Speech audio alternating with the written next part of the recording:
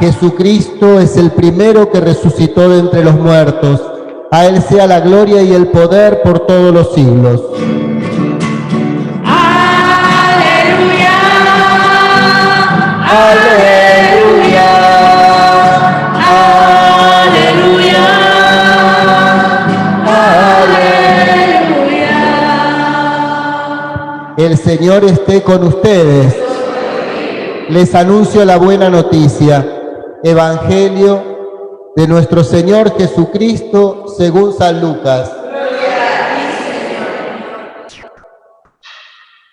Se acercaron a Jesús algunos saduceos que niegan la resurrección y le dijeron: Maestro, Moisés nos ha ordenado, si alguien está casado y muere sin tener hijos, que su hermano, para darle descendencia, se case con la viuda.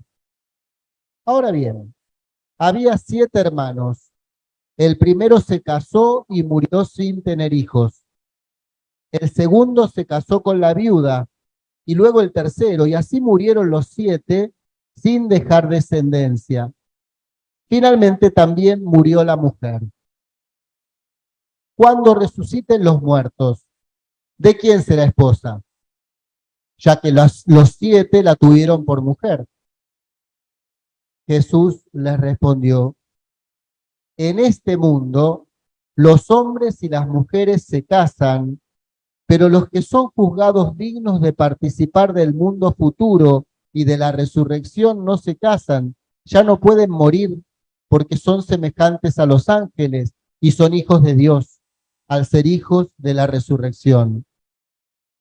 Que los muertos van a resucitar, Moisés lo ha dado a entender en el pasaje de la zarza, cuando llama al Señor el Dios de Abraham, el Dios de Isaac y el Dios de Jacob.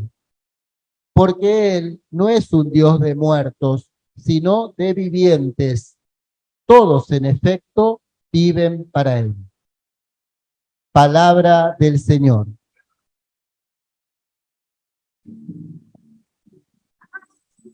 Aleluya, aleluya, aleluya,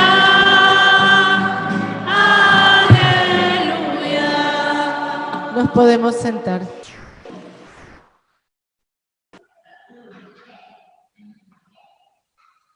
Está como muy en boga, diríamos, ¿no? Como que circula, ¿no? Como una idea.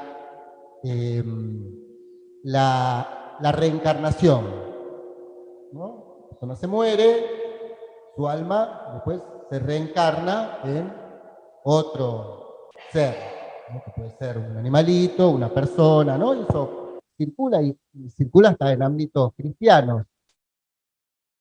Estos últimos domingos, esta última parte del año, va terminando el año litúrgico, ¿no? El que comenzamos en Navidad el año pasado. Adviento preparó, Navidad todo el año, y ahora vamos terminando. Dentro de 2 domingos cierra el ciclo y ya nos empezamos a preparar para la Navidad. Cada año de la mano de un evangelista los domingos. Este año nos acompañó San Lucas. Y ya estos últimos capítulos de Lucas nos muestran a Jesús llegando a su meta. Lucas en un momento muestra todo el camino de Jesús está dirigido a llegar a la ciudad santa de Jerusalén, donde termina Él y comenzamos nosotros.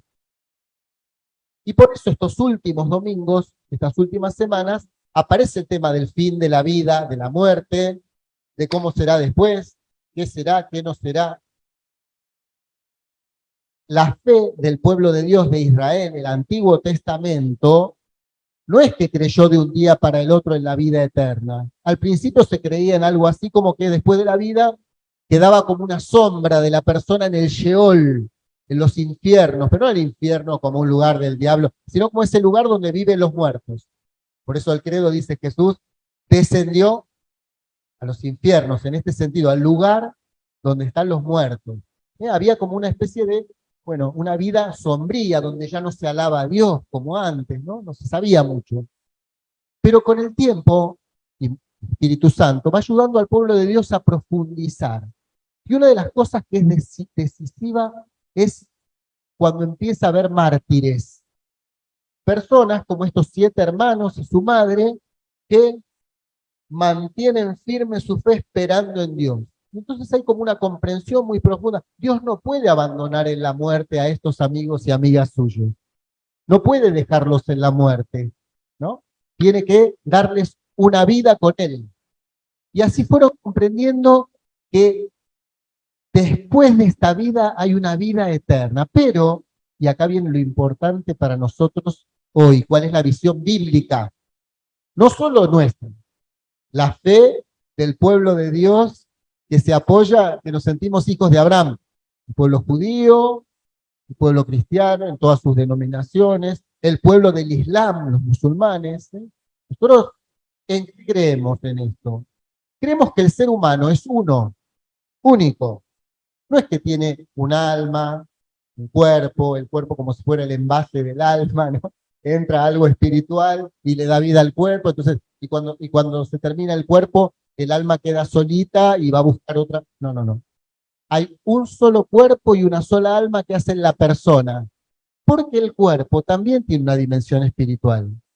Entonces, nosotros, justamente el mundo griego, la cultura griega, occidental, nos dividió un poco esto de alma y cuerpo, es lo espiritual, lo material. El cuerpo es la expresión del espíritu del ser humano. ¿Cómo expresamos? El cuerpo es el lugar de las relaciones. Nos relacionamos con el cuerpo, con los demás, con los 5 sentidos. Expresamos con palabras, con arte, con ciencia, con filosofía. Expresamos el mundo espiritual. Entonces el cuerpo es imprescindible para entender el ser humano. Somos uno solo, una unidad. Y entonces, no se puede entender la vida eterna sin cuerpo, sin el cuerpo. Israel jamás comprendería una vida eterna sin cuerpo, ¿sí? Y por eso nosotros en el credo rezamos cada semana, creo en la resurrección de la carne. Lo decimos, lo profesamos. Y esto nos invita a varias cosas. Por eso, otra cosa, por eso en la tradición cristiana, judía también, respetamos tanto las reliquias, los restos de los muertos. No nos da lo mismo tirar las cenizas por ahí. No, buscamos un lugar donde se ponen las cenizas, o enterramos si es posible, o se pone en una bóveda. ¿Por qué? Porque ese cuerpo que vivió es reliquia, es como un resto sagrado de la vida, y esas cenizas que desaparecen, que se mezclan con el cosmos, con la materia del universo, un día nuestro cuerpo va a participar de la gloria de la vida eterna. Nuestro cuerpo, ¿sí? No esa reliquia, nuestro cuerpo, nuestra corporalidad, nuestra dimensión corporal. Jesús, cuando está en Jerusalén, se encuentra con un grupo, había muchos partidos religiosos en esa época, los fariseos, que ya los conocemos bien, los esenios, que se habían roto con el culto de Jerusalén y se habían armado un monasterio en el desierto, los celotes. Estos son los esenios, es la aristocracia sacerdotal de Jerusalén, son los que tienen el poder religioso, con una teología muy tradicionalista, creían en los primeros libros de la Biblia, nada más. Y como esto no está en los primeros libros de la Biblia, no creían en la resurrección, creían en esto de la sombra y nada más. Entonces, le plantean a Jesús, un poco tramposamente, ¿no? ¿Qué pasa? Moisés nos dio la ley del levirato. Levir quiere decir cuñado. Levirato, ¿qué quiere decir? ¿Cómo hacía Israel para prosperar un pueblo chiquito entre tantos pueblos? Había que asegurar la descendencia. Entonces, si una mujer quedaba viuda, los hermanos tenían que asegurar. Un hermano. Entonces, ¿qué pasa? Si una mujer tiene uno, se casa, no tiene hijos, se casa el otro, se casa el otro, se muere sin tener hijos. Después se muere la mujer. Si hay resurrección, ¿de quién va a ser mujer? Y ahí Jesús nos hace dar un salto. Si bien somos los mismos, la vida en la que entramos, definitiva en Dios, es otra cosa. La propagación de la especie que quería asegurar la ley del levirato ya no hace falta en la vida con Dios. Cuando entremos en la vida con Dios todos, la especie humana ya no va a hacer falta que se siga propagando, teniendo hijos. ya no va a hacer falta. Por eso dice, no se casan, ¿no? Pero no quiere decir que va a desaparecer el amor, los vínculos profundos. Al contrario, la vida eterna, la vida plena en Dios, es justamente la plenitud de todo lo que nosotros vivimos como bueno.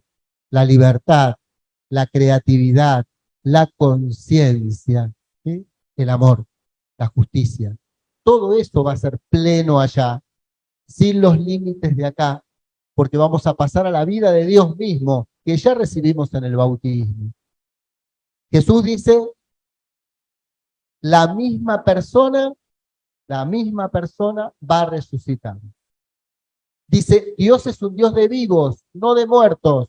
Por eso a Moisés, ellos creían en los libros de Moisés. Bueno, fíjense cómo Dios se presenta con Moisés. Yo soy el Dios de Abraham, de Isaac y de Jacob, que ya se habían muerto. ¿Por qué dice eso Dios?